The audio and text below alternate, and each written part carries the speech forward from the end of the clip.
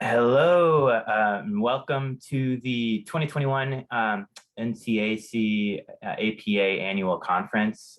My name is Nick Kushner. I'm a APA-NCAC at-large board member. Really excited for you to be with us today to hear from this great panel that we have lined up, and hopefully you'll be able to join some of our other sessions throughout the day. So remember, you can look and find out information on the website at our website here, ncac.planning.org. As well as use the hashtag NCAC21 on Twitter, Instagram, social media. So today we have our first session, which I'll introduce in a second, coming up right now. And then at noon, we have another session on extending the 15th Street cycle track through the National Mall. And then at 4 o'clock today, we'll have the past, present, and future look at St. Elizabeth's East and West campuses. Today we have a great session lined up this morning. The title is Expanding Washington's Local and National Commemorative Landscape. It is worth 1 CM credit, so you can claim those credits on the APA website. And with that, I'm going to kick it over to our first presenter, Joanna McCrean from the National Capital Planning Commission, who's going to introduce the other speakers and get us started this morning. So Joanna. Thank you, Nick, and good morning, everyone. Thank you all for joining our session. Our panel's really looking forward to sharing their work and discussion with the audience as well. Today, we'll be sharing 3 presentations, followed by a few minutes of moderated questions, and then open it up to audience Q&A. First, my name is Joanna McCrean. I'm an urban planner in the Policy and Research Division at the National Capital Planning Commission. Our agency does a variety of work around protecting the federal interest, including planning for and review of our national commemorative works. Before I introduce our panelists, I'd like to first clarify a few items. Today, we'll be discussing both federal national commemorative works as well as local commemorative works. The process and approvals for each of these vary. Federal works originate in Congress and visit several federal review authorities, and DC government manages that local commemorative works process. And also, since I've already done it, I'll quickly share, I'm going to use the words commemorative work, monument, and memorial somewhat interchangeably. There are subtle differences between each, but that's not the focus of the presentation today, so we'll just move on. With that, I would like to begin with our first speaker today, Chris Shaheen. Chris manages the DC Office of Planning's Public Space Program and is dedicated to improving public spaces in Washington. In his capacity at work, he's led the DC Commemorative Works update, which he will share more about today. Chris. Thanks, Joanna.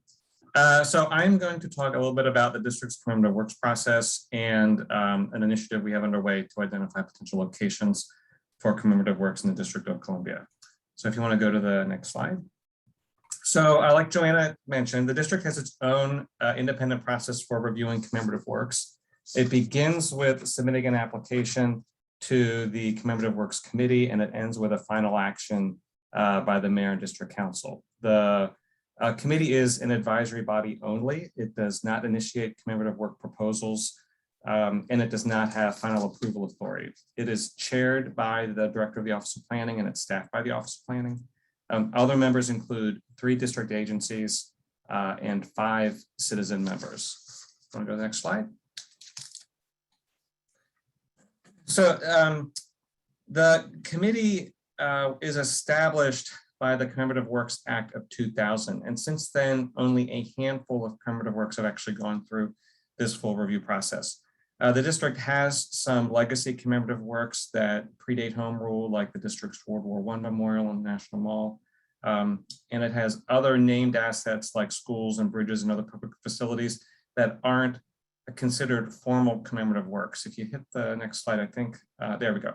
So the Commemorative Works Committee most recently in the last 6 years has reviewed 5 applications that have gone on to the Mayor and District Council, and they have all been approved.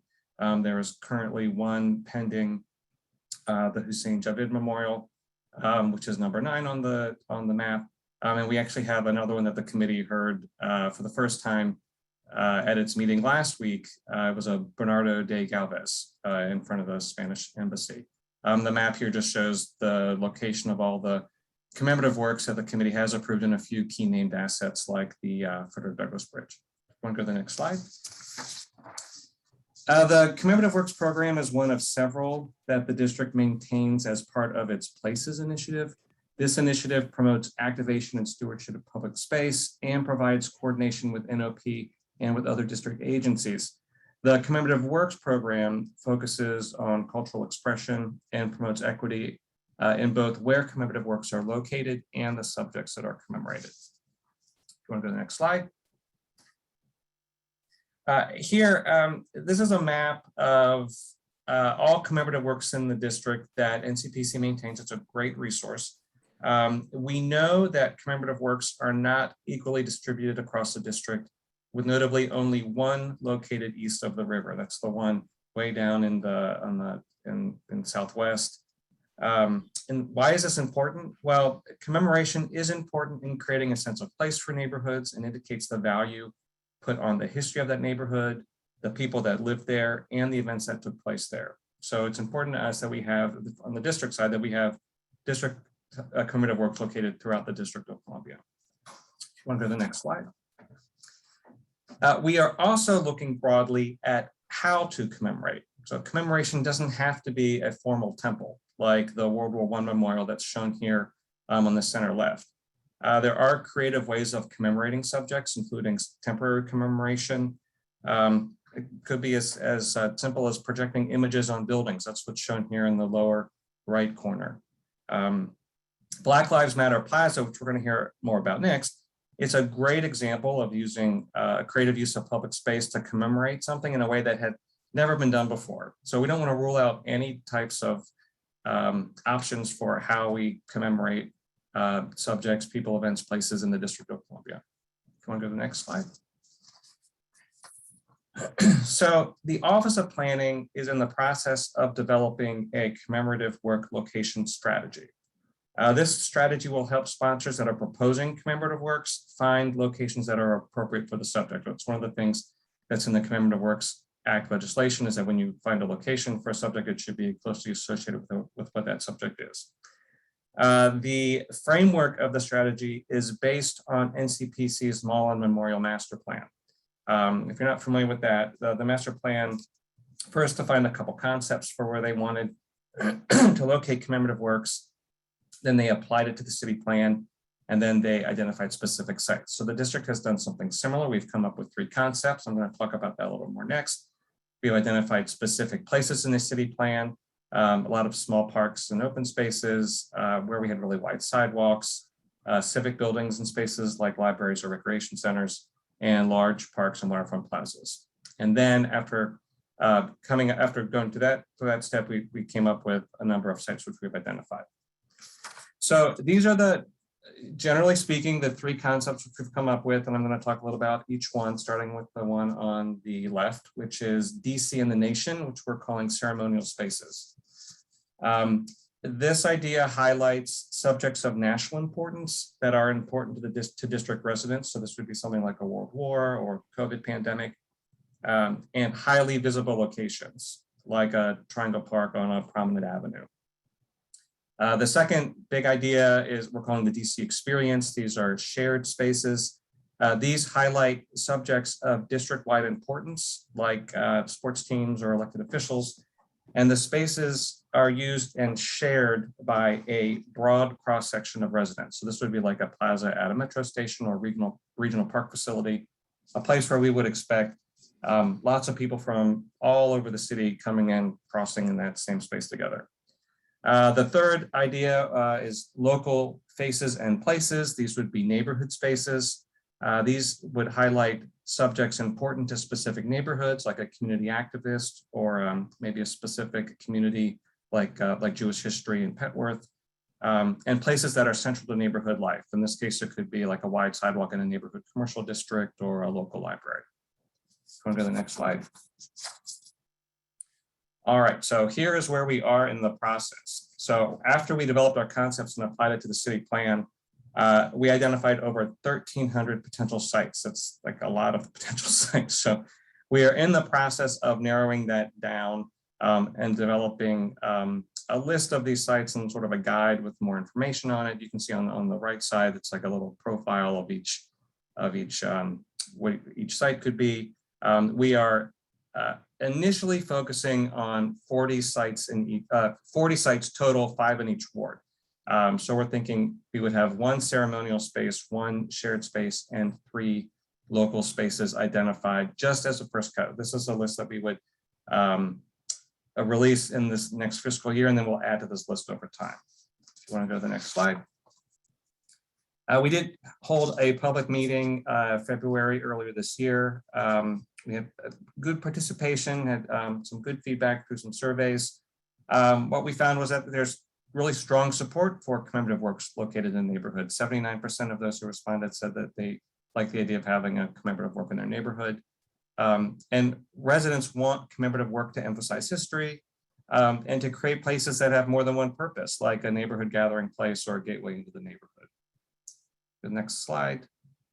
Oh, and this is just a great quote that I like. One of the comments we got was that they'd like to see commemorative works that highlight community history, use an artistic approach, not more statues, are engaging and potentially interactive and foster community gathering. It's like this person was reading our mind when they provided that comment. So that was a great comment. These next couple of slides demonstrate on a ward level how we've gone through our process. So in this case, this is Ward 4. This map shows all the sites that were identified in the ward, a total of 160.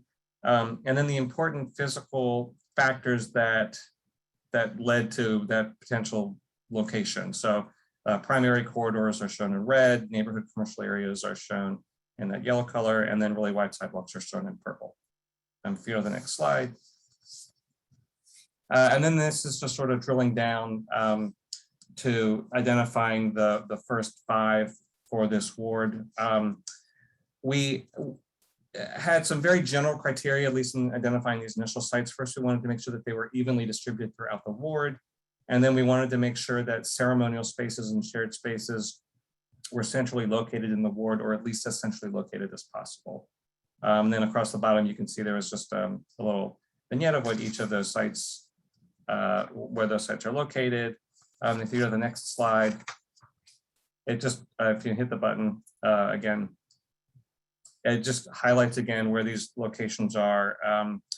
There's some diversity in the sites. Some are in residential areas versus some that are in commercial areas. And some sites are located like in a small section of a larger park, like in the upper left corner. That's like a corner of the Madison Recreation Center site that's on a nice prominent location on Missouri Avenue near the intersection with Georgia Avenue. Go to the next slide. So this is, I just wanted to highlight quickly the Ward 2 candidate sites, because this was important, well, it's relevant to the Black Lives Matter Plaza. If you can see, there you go. Actually, if you go back a second, take the star away. Yeah. So you can see where that star was. It's highlighted in green, and you can't see it, but under the green is red. So that was indicated as both a primary corridor and a potential shared space. So for potential ceremonial space or shared space per our methodology. Now, that site wasn't identified as one of the top 5 for this initial first cut, but it did sort of bear out our methodology. It actually highlighted a location that has become a very important location for a temporary commemorative work that's now moving through other processes. So if you want to go to the next slide, my last slide. So if you think back to that map of the district that showed all the commemorative works, not east of the river. If you hit the slide, so first, all of the ceremonial spaces evenly distributed across the city. If you did again, 8 shared spaces located across the city. And then one more time, all the neighborhood spaces, at least from a planning standpoint, we have identified a number of really great sites throughout the city, and east of the river is just as highlighted as much as the rest of the city. So that is my last slide. So with that, I'm going to turn it over to turn it back to Joanna. Thank you, Chris, and thanks for sharing how that work really will build a foundation for future works. Perhaps one example, as you mentioned, of ceremonial is, and also different expressions of commemoration could be exemplified by the Black Lives Matter Plaza. So next up to present will be Nancy Lyons. Nancy is the Murals DC coordinator and public affairs specialist at the District Department of Public Works. Nancy's day-to-day is varied, but today she'd like to share with us her experience of installation of the Black Lives Matter Plaza. I'm sure everyone is a little familiar, but we wanted to start with a quick 2-minute video just to set the scene. So I will go ahead and share that. Let me make sure my sound is on. All right.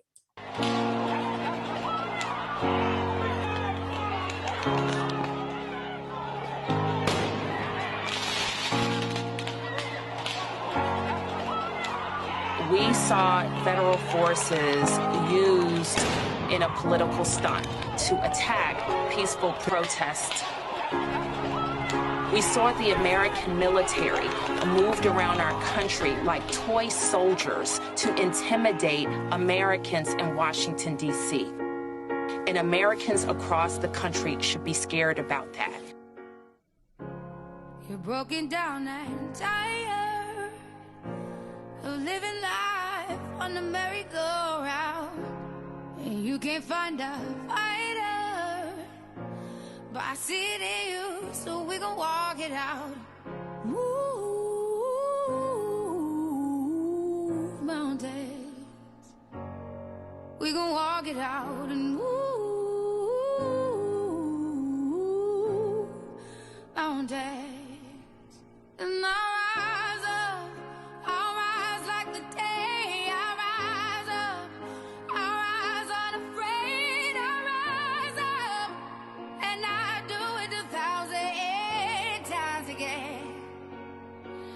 And I'll rise up, I like the waves, I'll rise up, in spite of the Black Lives Matter mural is a representation of an expression of our saying no, but also identifying and claiming a part of our city that had been taken over by federal forces to make it a place for healing, strategizing, protest, and redress.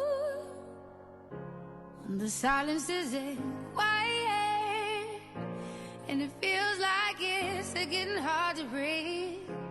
And I know you feel like dying, but I promise we'll take the world to its feet. Move mountains, bring it to its feet. Move.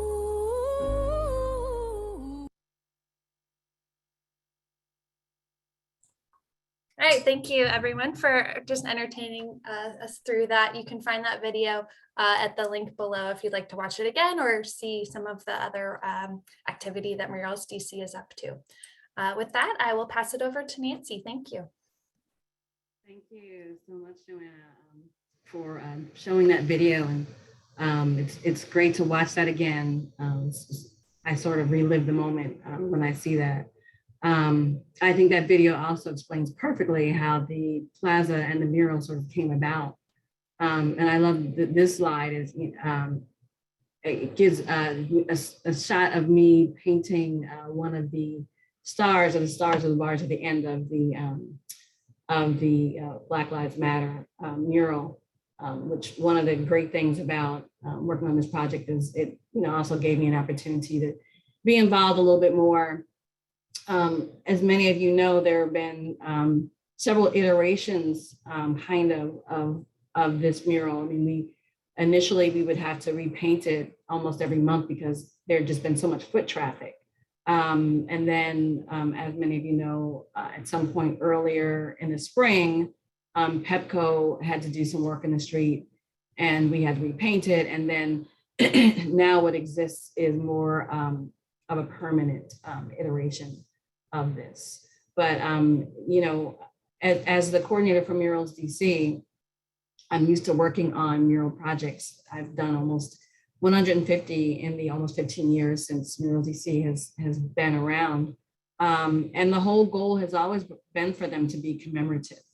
The whole goal is for us to create something in a neighborhood that gives people, that helps to secure a neighborhood's identity and gives people something to be proud of. And this I think this was sort of like that on steroids. I mean, this was unlike any other commemorative sort of mural project that I ever had an opportunity to work on, for many reasons. I mean, it was the first sort of mural project that was basically all words and very few images.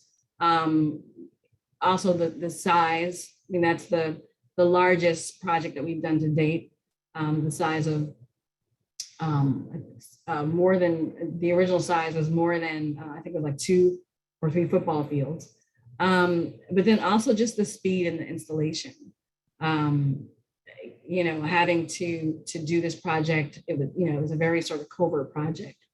And it was just different than how I typically work, where typically it's a more of a community process, and we're talking with the artist, talking with the property owner, coming up with concepts. And it's, you know, it's a months-long process as opposed to this being, you know, a 24-hour project. And on a day-to-day, this is, even though I coordinate the mural program, most of my day-to-day work is being a spokesperson for DC government. So I'm typically dealing with media, pitching stories, helping media navigate through stories, but also doing a lot of internal communications for the agency, providing information for employees, and you know, a vehicle of communication for them as well. So having being able to work on murals is just it's just a great diversion for what I do every day, which is, to me, I'm not going to say monotonous. I think doing communications work is a fabulous job, but this is just sort of, it allows me to do something that's extraordinary. We can go to the next slide. And so here, when you saw the video, it talked a little bit about sort of the lead up to painting the mural and doing the plaza. As many remember, this sort of came not too long after the George Floyd killing, and there's a lot of protests in Washington, DC. And right in that area that's now Black Lives Matter, there's a lot of activity. There were a lot of messages and posters going up, a lot of people who were sort of setting up camp with information. So it was sort of becoming like a hotbed of socialism and activity. There were a lot of, there's just a lot of unrest. You know, people were, you know, this country has always sort of had issues along those lines, but you know, this was the first time that I think people sort of got to see things sort of up close and personal. And I think that this sort of being able to come here, you know, I mean, one of the great things about this country is, especially in this city, is being able to protest almost right in front of the White House. And this is about as close as the White House as you can get. After that first protest, this was as close to the White House as you could get. We'll get to the next slide. And so how the project got started was, it was sort of, I got this phone call at 8:30 in the morning, and I was asked by my then director of the agency if I could bring together some artists. And having worked for, you know, Murals DC for over a decade, I had artists who I could call. I didn't know what the project was. I wasn't given any information. I was just asked to assemble some artists and meet at 11:30, so meet in 3 hours. So, you know, I knew that there had been a lot of damage to the downtown area, and I had already been talking about the possibility of painting murals on plywood. And so I kind of thought that this is what this would be about. So I brought together some of the artists that I work with most closely, some of our best artists. And you know, in 3 hours, we kind of came together. Most of them were there physically, some on the phone. And that was when we were told what the project would be. And you know, the immediate reaction was just sort of like, you know, sort of almost kind of disbelief that we were going to paint this message in the street leading up to the White House. But the most unbelievable thing was that we needed to start that night. Because at that time when we were meeting, it was 11:30 in the morning. We had to be complete. We had to finish this project by 11:30 the next morning because the mayor had already planned a press conference. And so we had to be done by that time. So, no one in my life had ever asked me to complete a project within 24 hours. So, I knew that eventually the street would be named Black Lives Matter Plaza. I had no idea what was really going to be everything that was going to happen that next day. So we basically, when someone tells you, I need this needs to happen, you all need to be out there. By the time we got finished meeting, we need to be out on the site in 12 hours. So at that point, you just kind of go into work mode. So I just kind of, I'm the kind of person where I'm in my head a lot, but when it comes to crisis communications, you get real clear real quick because you don't really have a whole lot of time to go, well, what about? So basically, we had a plan of action. Initially, the thought was, because a lot of the artists I brought together were artists that had their own kind of unique style, we thought, it might be kind of interesting if everyone puts their own little individual English on the letters. But one of my jobs was also to get supplies. And I kind of went about that the wrong way. And, the professional paint stores closed pretty early. And by the time I had all my ducks in a row, the only thing left was Home Depot and Lowe's, which is not the place to go to get this kind of paint. So when we got out there at 2 o'clock in the morning, I showed up with my little 5 gallons of paint for a project that would ultimately need 150 gallons of paint.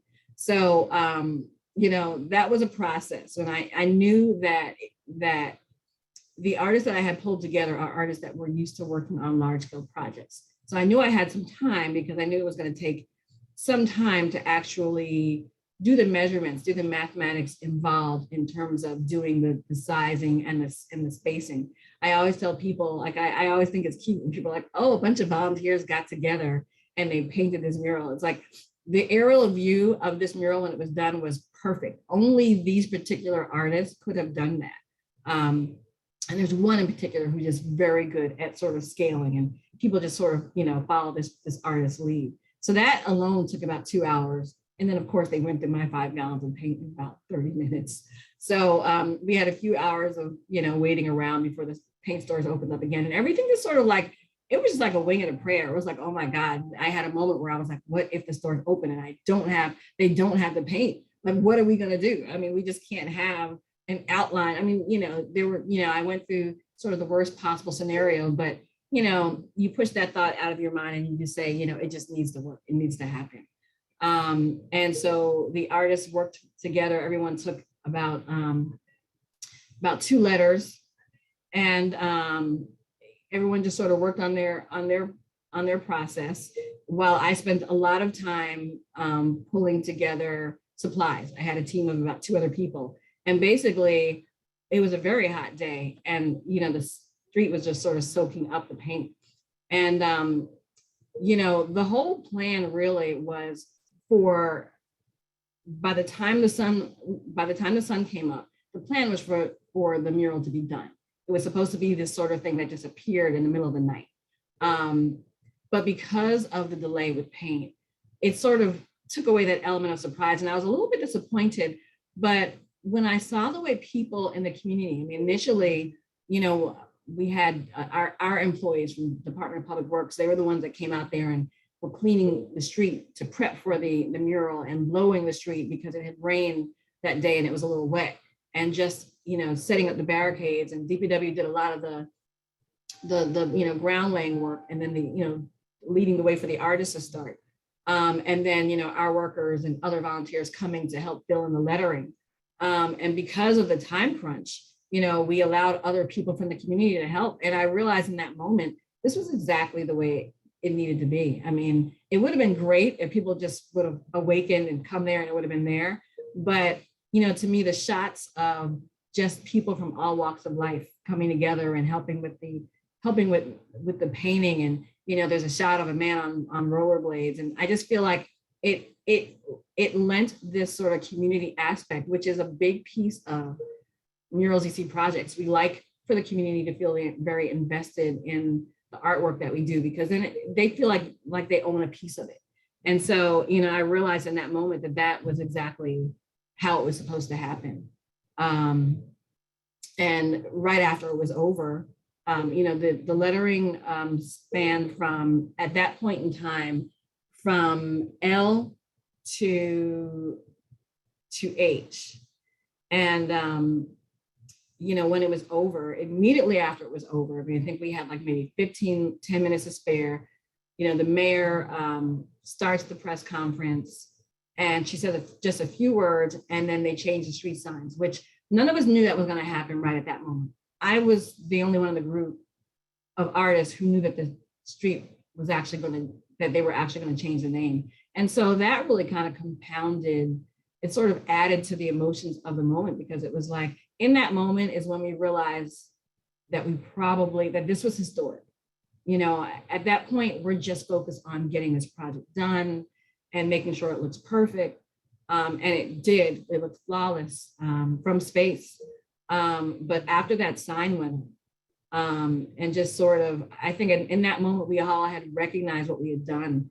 And in the video, you hear Audra Day's Rise Up as the musical backdrop. It was also the musical backdrop of the mayor's press event. And it was what was playing when the D-Dot gentleman was putting up the sign. And it was such an emotional moment. You could have heard a pin drop.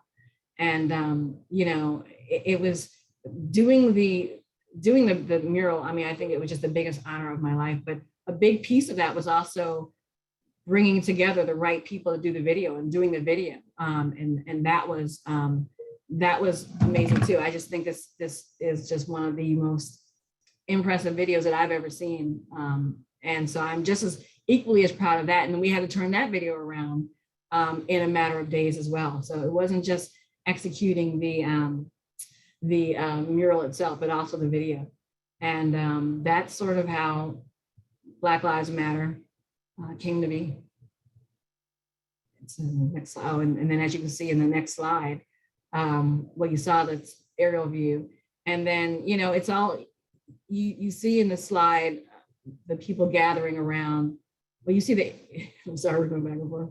But, you know, it immediately became a gathering location, immediately. And, you know, I always say that, to me, Black Lives Matter Plaza reminds me of that movie, Field of Dreams, where he kept hearing this thing in his ear saying, build it and they will come. It was like we never even knew we needed a Black Lives Matter Plaza until it was developed. And there, I think, is just the importance of monuments. It's not just aesthetics. It's not just a visual. This literally was a gathering place for people. It was a place where people could feel proud. It was a place that will always be remembered in history. Like we hope that all of our monuments and commemorative projects are. History is important. As time moves forward, you know, culture changes and facades change, but history always stays the same. And a lot of our history is definitely history that we always want to continue to celebrate. And I think that plaza and also now making that mural permanent gives us that opportunity. Thank you so much, Nancy. I'm now regretting choosing to follow you in this presentation. This is just a really incredible project that really met the moment in terms of both place and art. And as you mentioned, you really couldn't have predicted all the offshoots or repeat examples of the work and the impact that it had. So thank you. For the media, for that matter. I mean, that was the most amount of media hits Murals DC ever received. Wow. And you know, just to be on, I think the cover of, was it the New York Times that next day that had that mural on the cover? You know, if we had planned to make history, we never would have made history. It's the most organic commemorative projects that achieve that. That's a really good point. That's a really good point. And now the bar is pretty high. Well, following that, I'd like to share some information about commemorative work at the National Capital Planning Commission and an exciting new project that we are embarking on with partners over the next 2 years to explore the potential of temporary commemoration, similar to Black Lives Matter Plaza. Commemorative works are, as we've discussed, key elements in our symbolic landscape. They tell stories about our nation's history and heritage, and they recognize leaders, events, and groups. And NCPC plays a critical role in guiding the location and the design of federal commemorative works through our policy and review. But we also work to ensure that future generations have commemoration opportunities and encourage new approaches through plans and initiatives. For a little bit of background on this, before I jump into the project, NCPC's worked jointly with federal partners on several initiatives related to memorials and monuments and museums that provide a comprehensive picture of Washington's commemorative landscape. They capture the existing conditions of memorials, but also lay out a policy framework to move forward with future development. So the 2M, or Memorials and Museums Master Plan, responded to the ongoing need of future generations to locate memorials and museums in Washington. And then Memorial Trends and Practice provides an overview of commemoration with data and analysis on historic trends of more recent memorials. And then we had Memorials for the Future, which was an ideas competition in 2016 that really aimed to rethink the way we develop and the way we experience memorials. And as Chris had mentioned, sort of what those expressions could look like rather than the maybe typical statue on a pedestal. So years of experience in this commemorative field with now a renewed countrywide focus on memorials and public space, we've identified several issues or a couple issues around the process and the collection of works that exist in the nation's capital. So NCPC is seeking to look at these two main problems, one being the lack of diversity and representation in our memorial collection, and then two, a limited space for future memorials on or near the National Mall. As I mentioned, Memorial Trends and Practice was one of those first reports where we started to look into the issue of themes and memorial subjects. And even then it acknowledged that we have an imbalance towards military and war themed memorials that shouldn't come as a surprise to any of us. As of 2019, 44% of the total memorials, national memorials, emphasize military themes. And then if you add statesmanship and founding of the country categories, which prominently feature white men, the percent then increases to 63%. So there's clearly a lack of diversity in what is being represented.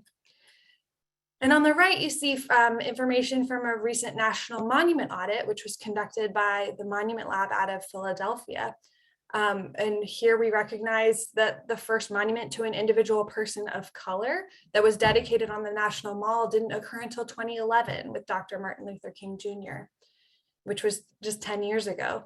Other statistics on this side just illustrate data from that research that we found generally consistent with the representation we have in DC. I think the man-made landscape of the National Mall should allow for this evolution in our thinking, and design should inspire more profound and broader connection to the nation's past, present, and future.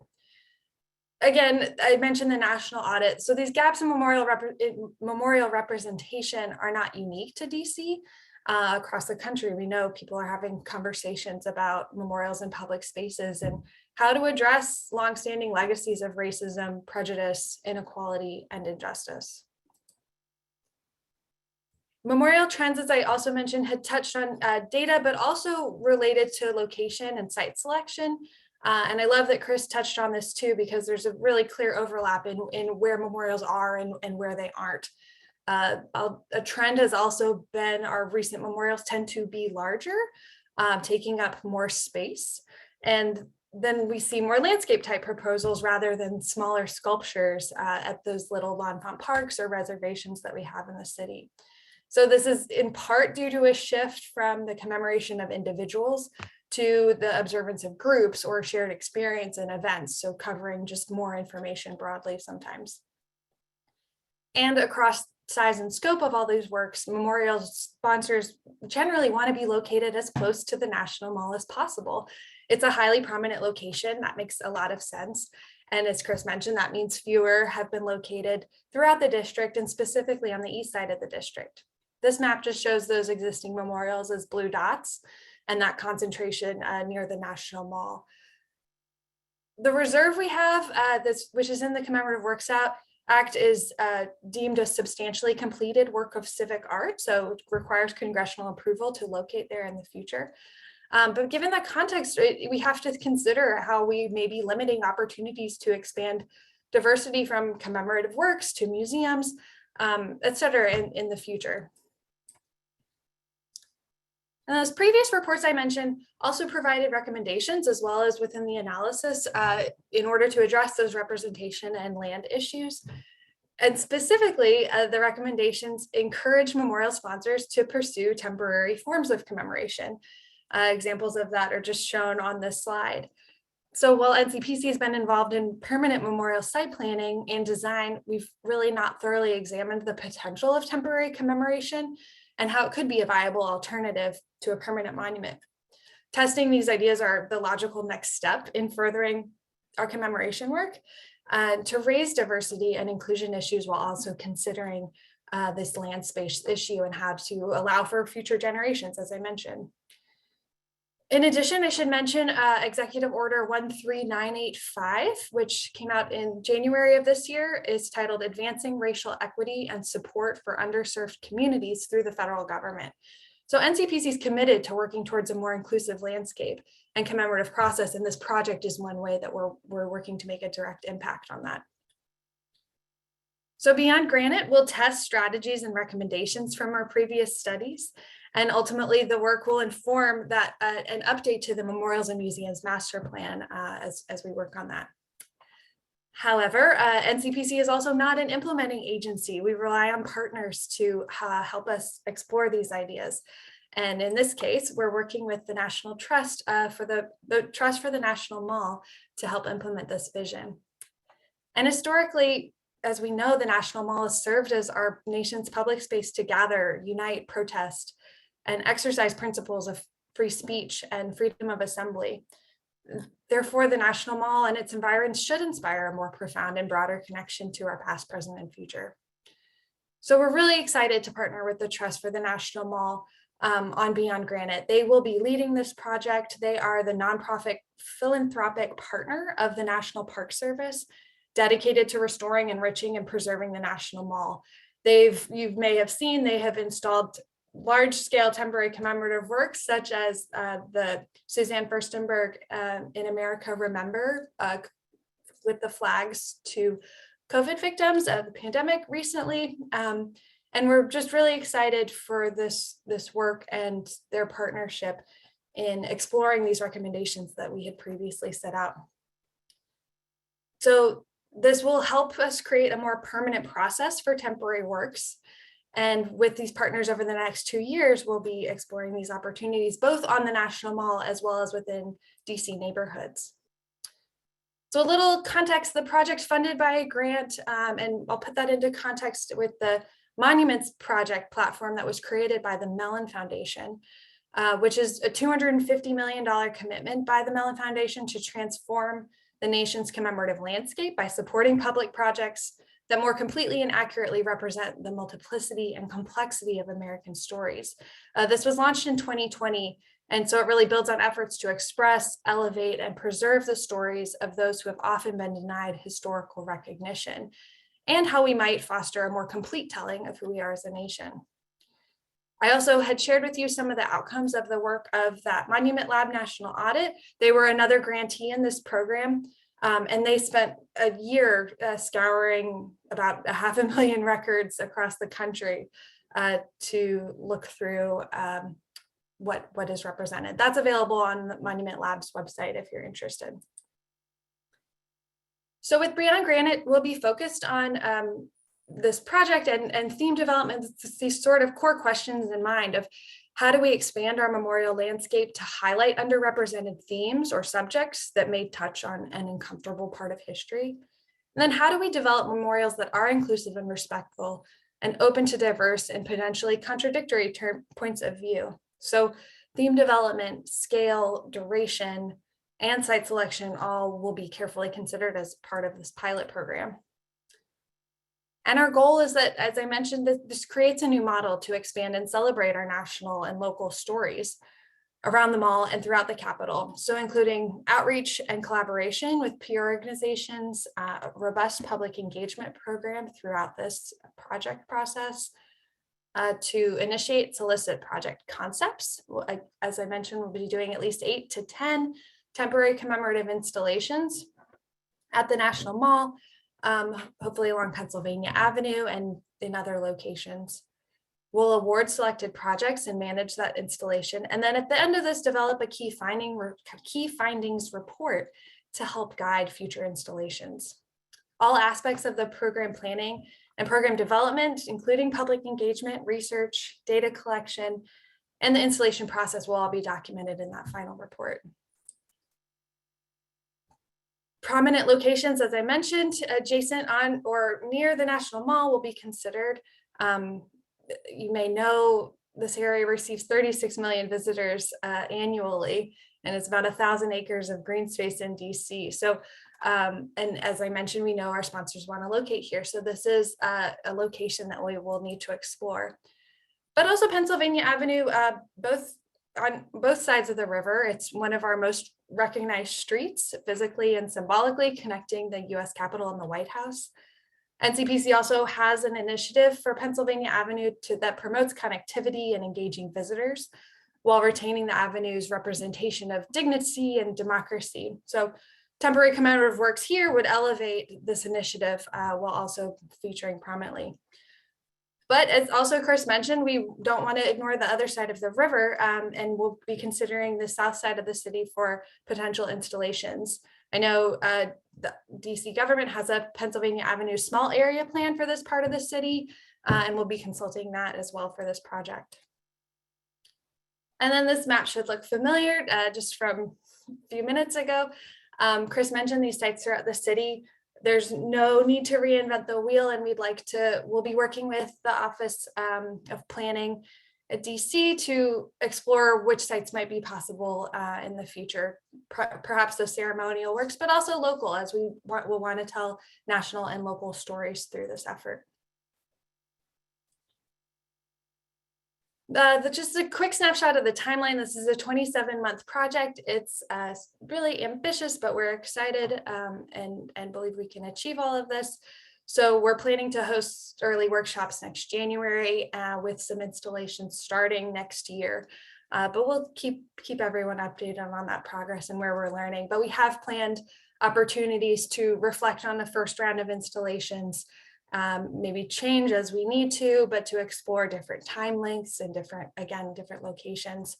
But our hope is that this demonstration does establish a basis for a long-term program to help diversify representation within our commemorative landscape.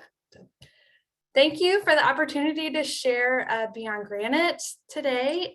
With that, that concludes my portion of the presentation. And I'd like to take a few minutes before getting to audience Q&A just to ask Chris and Nancy a few things that I had been thinking about in all of this. One unifying theme through all of our presentations has really been about place and location. And maybe, Chris, I'll start with you and jump to Nancy, but could you talk a little bit more about how location is really critical to your work and to this project? Sure. I touched on this in my when I was talking before, but I think it's worth saying again. I mean, where commemorative works are located, it says something about the importance that the district places on a neighborhood and what that neighborhood has contributed to the life of the city, to the life of the residents. So and just for that alone, it's important to make sure that commemorative works are located in neighborhoods that represent and commemorate things that are important to the people that live in that neighborhood. It's also, and this is obvious, I think, but it's also important that the commemorative work be associated with the location.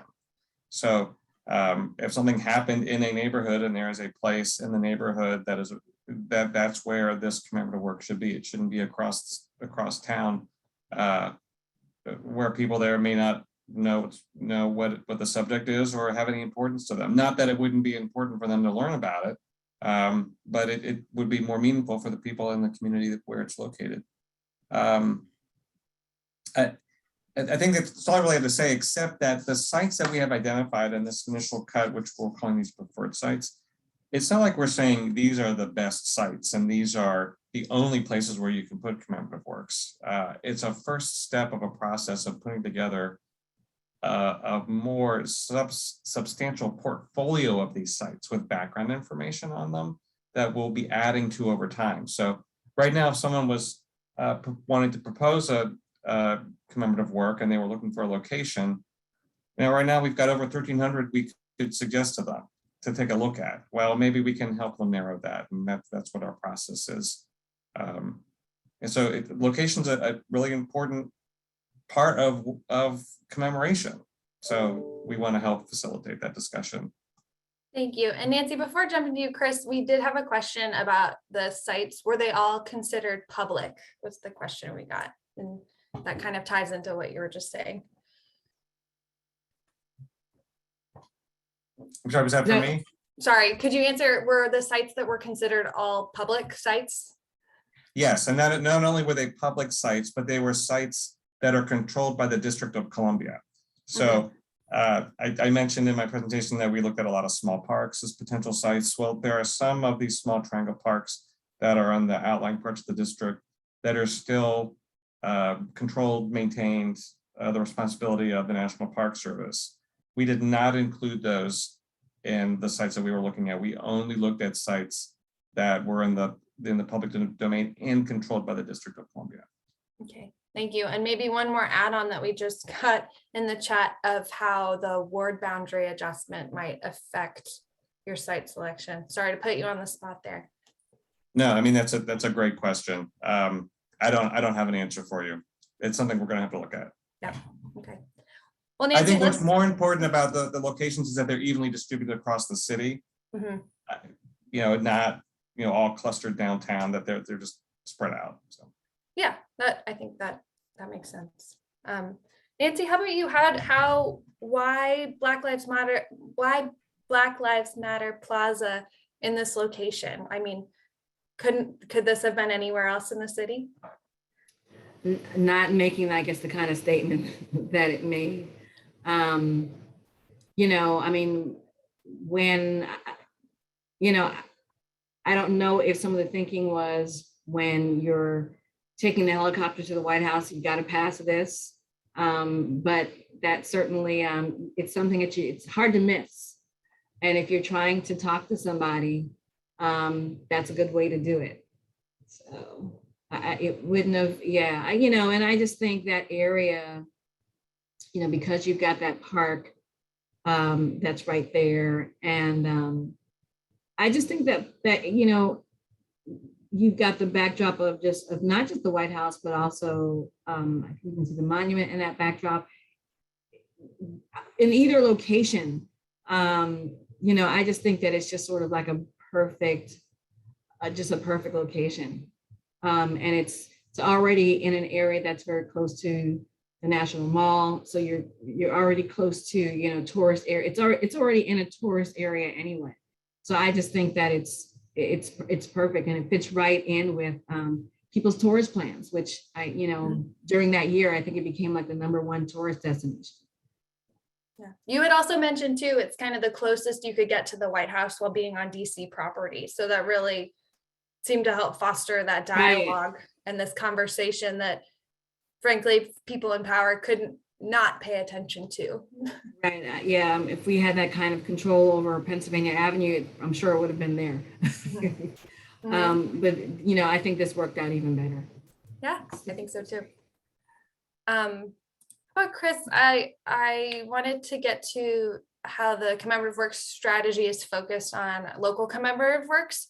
So, and as I talked about beyond granite, increasing the diversity and the stories that we're telling nationally, how will this work, maybe work to tell stories that aren't currently represented or expand that scope of storytelling?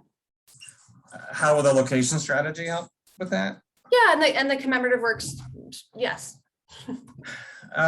Well, I guess when we were going through the planning process, well, we're still in the process, the planning process for the location strategy, and we did have a public meeting, and we got lots of feedback from people who are at that public meeting about the types of things that they want to consider, which was, there were some really great ideas, and they were really focused on very specific DC things. I mean, one suggestion we got was, you know, a memorial for Indigenous people that were first here in the District of Columbia. Another one was